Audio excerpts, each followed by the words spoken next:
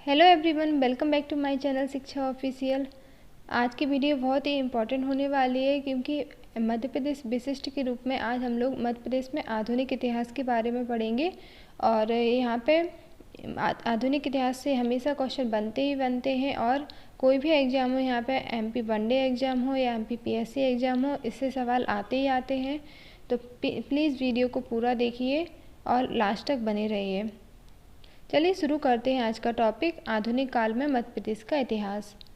होता क्या है कि मराठों के उत्कर्ष के बाद जब अंग्रेज़ों का भारत आगमन होता है तो उससे मध्य प्रदेश में बहुत सारे चेंजेस आते हैं। तो यहाँ पे हम मध्य प्रदेश स्पेशल मध्य प्रदेश के पॉइंट ऑफ व्यू से देखेंगे। तो यहाँ पे होता क्या है कि अंग्रेज़ों और मराठों के बीच युद्ध होते हैं, जिसमें कि मराठों की शाखा पेशवा, होलकर, सिंधिया, भोंसले यह लोग पराजित हो जाते हैं। और इसके बाद अंग्रेज़ों की सिंधिया से पूर्वी निवाड़ और टिमरनी छीन लिया जाता है और इसको मध्य प्रांत में मिला लिया जाता है। अंग्रेज़ों ने होलकर के राज्य को भी सीमित कर दिया और जो राजा मराठों के सामंत थे, छोटे छोटे राजा जो मराठों के सामंत हुआ करते थे, उनके बीच भी फूट डाल दी और उन्हें राजा मान लिया। और मध्य भारत में सेंट्रल इंडिया एजेंसी स्थापित की गई। इसके अलावा मालवा को कई रियासतों में बांटकर इन पर नियंत्रण के लिए छावनियाँ स्थापित की गई। तो कहाँ पे? नीमच, महू, बैरागढ़, यहाँ पे छावनियाँ स्थापित की गई। और 1804 ईस्वी के लगभग लॉर्ड वेलेजली व सिंधिया के बीच सहायक संधि हुई। लॉर्ड वेलेजली और सिंधिया के बीच सहायक संधि होती है 1804 ईस्वी के लगभग। और डलहौजी आते हैं। डलहौजी की हड़प नीति से राजाओं में रोष पैदा हो जाता है। इसके बाद 1857 की जो क्रांति है वो शुरू होती है। तो 1857 की क्रांति कहाँ से शुरू होती है मध्य प्रदेश में? तो सबसे पहले 1824 ईस्वी में चंद्रपुर सागर के जवाहर सिंह बुंदेला ने अंग्रेज़ों के खिलाफ बगावत शुरू कर दी। इसके बाद सागर, दमोह, नरसिंहपुर, जबलपुर, मंडला और होशंगाबाद के क्षेत्रों में भी विद्रोह होने लगे। और तात्या टोपे और नाना साहब पेशवा के संदेशवाहकों ने ग्वालियर, महू, नीमच, मंदसौर, जबलपुर, सागर, दमोह, भोपाल, विंध्य क्षेत्रों में घूम घूम पर राष्ट्रीय भावना का प्रसार किया। और इसके बाद सैनिकों और किसानों और ग्रामीणों के मध्य संदेश पहुंचाया। रोटी और कमल के फूल के माध्यम से संदेश पहुंचाया जाने लगा। और इसके बाद 3 जून 1857 को नीमच छावनी में विद्रोह भड़क उठा और मंदसौर में भी विद्रोह हुआ। तो सबसे पहले नीमच छावनी में विद्रोह भड़का 3 जून 1857 को। और 14 जून 1857 को ग्वालियर छावनी में सैनिकों ने विद्रोह कर दिया। और शिवपुरी गुना में भी विद्रोह भड़का। और शेख रमजान के नेतृत्व में सागर छावनी में विद्रोह हुआ। तो सागर छावनी में कौन नेतृत्व कर रहे थे? तो वहाँ से शेख रमजान नेतृत्व कर रहे थे। और महाराजा सयाजी राव सिंधिया जो भागकर आगरा में अंग्रेज़ों के यहाँ शरण ले लेते हैं। और 1 जुलाई 1857 को सदात खां के नेतृत्व में होलकर नरेश की सेना ने महू छावनी में विद्रोह कर दिया। तो महू छावनी से किसने विद्रोह किया? होलकर नरेश की सेना ने सदात खां के नेतृत्व में। तो महू छावनी से कौन नेतृत्व कर रहे थे? तो होलकर नरेश की सेना से सदात खां। और इस समय इंदौर में अंग्रेज अधिकारी कर्नल ड्यूरेंट, स्टुअर्ट आदि सीहोर भाग गए। इसके समय में जो अंग्रेज अधिकारी थे वो सीहोर भाग गए और भोपाल की बेगम ने अंग्रेज़ों को संरक्षण दिया। और अमझेरा के राव बख्ताव सिंह ने विद्रोह कर दिया। धार, भोपाल आदि क्षेत्र में विद्रोही के कब्जे में आ गए। धार, भोपाल हर जगह विद्रोह शुरू हो गया। और मंडलेश्वर, सेंधवा, बड़वानी में भीमा नायक ने नेतृत्व संभाला। तो मंडलेश्वर, बड़वानी यहाँ से कौन नेतृत्व कर रहे थे? तो भीमा नायक। और मंडला में रामगढ़ रियासत की रानी अवंतीबाई ने नेतृत्व किया। मंडला से कौन नेतृत्व कर रहे थे? तो मंडला से रानी अवंतीबाई ने नेतृत्व किया। और गढ़मंडला के शंकर शाह, रघुनाथ शाह और राघवगढ़ के राजा सूरज प्रसाद ने महाकौशल जबलपुर से विद्रोह किया। वहाँ से इन्होंने नेतृत्व शुरू किया और 1857 की क्रांति के फलस्वरूप ईस्ट इंडिया कंपनी का शासन समाप्त हो जाता है और भारत ब्रिटिश साम्राज्य के अंतर्गत आ जाता है। और भारत की जो रियासतें थी, मध्य भारत की जो रियासतें थी, भोपाल नवाब और बिंद की रियासतों के साथ अंग्रेजों ने सहायक संधि का संरक्षण कर दिया, सहायक संधि कर ली। और 1885 में भारतीय राष्ट्रीय कांग्रेस की स्थापना होती है। बम्बई में इसकी स्थापना होती है। भारतीय राष्ट्रीय कांग्रेस की स्थापना 1885 में बम्बई में होती है। उसके बाद 1891 में कांग्रेस का 7वां अधिवेशन होता है नागपुर में। कांग्रेस का 7वां अधिवेशन होता है नागपुर में, और जो कि तिलक द्वारा प्रारंभ होता है गणेश उत्सव से, और शिवाजी उत्सव और अखाड़ों के माध्यम से मालवा में भी इसकी राष्ट्रीय भावना का प्रसार होता है। 1906 में गंगाधर चिटनीस ने जबलपुर में प्रांतीय अधिवेशन बुलाया। तो जबलपुर में प्रांतीय अधिवेशन किसने बुलाया? 1906 में गंगाधर चिटनीस ने, और जिससे कि मध्य भारत से बाबूराव किंचेड़े, अब्दुल्ला अजीज, भोपाल हरिवड़े ने भाग लिया था। और 1907 में हरि सिंह गौर ने इसका आयोजन रायपुर में किया। तो रायपुर में इसका आयोजन हरि सिंह गौर ने किया। यहाँ पे हर एक पॉइंट इम्पोर्टेंट है, तो प्लीज़ हर एक पॉइंट को अच्छे से पढ़िएगा, इससे क्वेश्चन हमेशा आते ही आते हैं। इसके बाद 1916 में सिवनी में सत्याग्रह होता है और गांधी जी ने असहयोग और खिलाफत आंदोलन की घोषणा की। इस समय गांधी जी ने असहयोग और खिलाफत आंदोलन की घोषणा की। और इसके बाद मध्य प्रदेश में डुंडीराज जाटव और अब्दुल गफ्फार खान ने खिलाफत आंदोलन 1920 को संगठित किया। और असहयोग आंदोलन 1920 अगस्त 1920 में मध्य प्रदेश से सेठ गोविंद दास, पंडित द्वारका प्रसाद, ठाकुर लक्ष्मण सिंह और पंडित रविशंकर शुक्ल ने नेतृत्व किया। तो असहयोग आंदोलन में मध्य प्रदेश से किस किसने नेतृत्व किया? तो असहयोग आंदोलन में मध्य प्रदेश से सेठ गोविंद दास, पंडित द्वारका प्रसाद, ठाकुर लक्ष्मण सिंह और पंडित रविशंकर शुक्ल ने नेतृत्व किया, और जो कि अगस्त 1920 में असहयोग आंदोलन होता है। और 1923 में श्याम सुंदर भार्गव, सुभद्रा कुमारी चौहान और अब्दुल कादिर सिद्दीकी ने धरना सत्याग्रह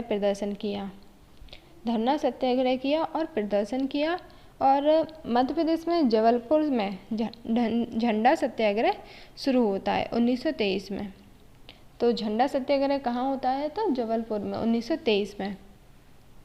और पंडित माखनलाल चतुर्वेदी ने कर्मवीर पत्र के प्रकाशन के माध्यम से राष्ट्रीय चेतना का प्रसार किया। तो कर्मवीर पत्र का प्रकाशन किसने किया था? पंडित माखनलाल चतुर्वेदी का है, और इसके माध्यम से इन्होंने राष्ट्रीय चेतना का प्रसार किया। और 12 मार्च 1930 को जो दांडी यात्रा प्रारंभ हुई थी और 6 अप्रैल 1930 को यह समाप्त हुई थी। तो 12 मार्च 1930 को दांडी यात्रा प्रारंभ होती है और 6 अप्रैल 1930 को समाप्त होती है। और 7 अप्रैल 1930 से मध्य प्रदेश में जगह जगह आंदोलन शुरू हो गए। और मध्य प्रदेश में जबलपुर में रानी दुर्गावती की समाधि से सेठ गोविंद दास, पंडित द्वारका प्रसाद मिश्र के नेतृत्व में समारोह चला। और खंडवा, सीहोर, जबलपुर आदि स्थानों पर नमक कानून तोड़ा गया। तो नमक कानून मध्य प्रदेश में कहाँ तोड़ा गया? तो खंडवा, सीहोर, जबलपुर आदि स्थानों पर नमक कानून तोड़ा गया। और इसमें सेठ गोविंद दास, पंडित द्वारका प्रसाद मिश्र इसमें भाग लेते हैं। और सिवनी में दुर्गा शंकर मेहता ने गांधी चौक पर नमक बनाकर सत्याग्रह शुरू किया। और सिवनी में दुर्गा शंकर मेहता ने सिवनी से नेतृत्व किया और नमक बनाकर सत्याग्रह शुरू किया। और 8 अप्रैल 1931 को सीहोर, कटनी, मंडला, दमोह में सविनय अवज्ञा आंदोलन शुरू होता है। तो मध्य प्रदेश में कौन से ऐसे स्थान हैं जहाँ से सविनय अवज्ञा आंदोलन से जुड़े हुए हैं? तो 8 अप्रैल 1931 को सीहोर, कटनी, मंडला और दमोह में सविनय अवज्ञा आंदोलन शुरू होता है। और सिवनी के आदिवासियों ने वन सत्याग्रह किया था 1930 में। तो सिवनी दुरिया के आदिवासियों ने 1930 के लगभग वन सत्याग्रह शुरू किया। इसके बाद घोड़ा डोगरी में वन सत्याग्रह का नेतृत्व राजा सिंह कोरकू ने किया। 1931 में छतरपुर में चरण पादुका गांव से कर्नल फिशर ने स्वतंत्रता सेनानियों की शांतिपूर्वक बैठक पर अंधाधुंध गोलियां बरसाईं, जिसमें 6 लोग शहीद हुए। और इस घटना की तुलना जलियांवाला बाग हत्याकांड 19 अप्रैल 1919 को, जो कि अमृतसर जनरल डायर ने की थी, तो वहाँ से जिसमें जनरल डायर ने गोलियां बरसाई थी, तो उससे इसकी तुलना की जाती है। तो चरण पादुका जो कि मध्य प्रदेश में है, छतरपुर में चरण पादुका गांव में, जो कि यहाँ पे जो घटना होती है, इसकी तुलना जलियांवाला बाग हत्याकांड से की जाती है। और 1954 में केलकर के नेतृत्व में कांग्रेस के एक अध्यक्ष भारतीय प्रजा परिषद का गठन करते हैं। और फिर समय अंतराल के बाद मध्य भारत, विंध्य प्रदेश और भोपाल प्रजा मंडल की स्थापना होती है। और झाबुआ एवं धार जिले में ब्रिटिश ध्वज यूनियन जैक जला दिया जाता है। झाबुआ और धार जिले में ब्रिटिश जो ध्वज होता है वो जला दिया जाता है। और 1939 में जबलपुर से पहले व्यक्तिगत सत्याग्रही कौन थे? सत्याग्रही विनोबा भावे बनते हैं। 1939 में पहले व्यक्तिगत सत्याग्रही विनोबा भावे होते हैं, जो कि जबलपुर से होते हैं। 1942 में मंडलेश्वर में जो क्रांतिकारी जो बंदी लोग होते हैं, जेल का मुख्य द्वार तोड़ देते हैं। और भारत छोड़ो आंदोलन के समय कई भूमिगत नेता रतलाम में रहे। और इसके बाद मालवा क्षेत्र में इंद्र नारायण पुराणिक, मालिनी सरवटे, इंदु पाटकर, जौहरी लाल झांझरिया को 1942 में पुलिस गिरफ्तार कर लेती है। और सतना के लाल सिंह पद्मधर को पुलिस की गोली से ये शहीद हो जाते हैं। इसके बाद 1942 के आंदोलन के पूर्व भोपाल राज प्रजा मंडल के पदाधिकारियों को गिरफ्तार कर लिया जाता है। और रीवा जिले के पंडित शंभुनाथ शुक्ल और चंद्रकांत शुक्ल ने कॉलेज में पढ़ रहे छात्रों में राष्ट्रीय भावना का प्रसार किया। और शहडोल से श्री छोटेलाल पटेल ने लोगों में जागृति फैलाई। 1942 में साबूलाल जैन जो कि सागर से, उदयचंद जैन जो कि मंडला, गुलाब सिंह जो कि जबलपुर की पुलिस गोलीबारी में इनकी मृत्यु हो जाती है। और नरसिंहपुर के चिचली ग्राम से मनसाराम ताम्रकार और गौरीबाई का निधन हो जाता है। और बैतूल जिले के आदिवासियों ने भी बरसागोड़ और महादेव तेली भारत छोड़ो आंदोलन में इन्होंने भाग लिया। और भाभरा, अलीराजपुर के भाभरा नामक ग्राम से चंद्रशेखर आज़ाद सशस्त्र संघर्ष के नेता बनते हैं। और 15 अगस्त 1947 को मध्य भारत की रियासतों को मिलाकर मध्य भारत राज्य बनता है। और रीवा, पन्ना, छतरपुर का एकीकरण कर विंध्य प्रदेश बनता है। और भोपाल को स्वतंत्र राज्य बना दिया जाता है। और 1 नवंबर 1956 को मध्य प्रदेश का गठन होता है। और 1 नवंबर 2000 को मध्य प्रदेश से छत्तीसगढ़ राज्य पृथक हो जाता है। लगभग 45 वर्षों के बाद मध्य प्रदेश का 30.47% भाग छत्तीसगढ़ के रूप में अलग हो जाता है 1 नवंबर 2000 को। और इसके बाद 1857 की क्रांति के कुछ प्रमुख नेता हैं।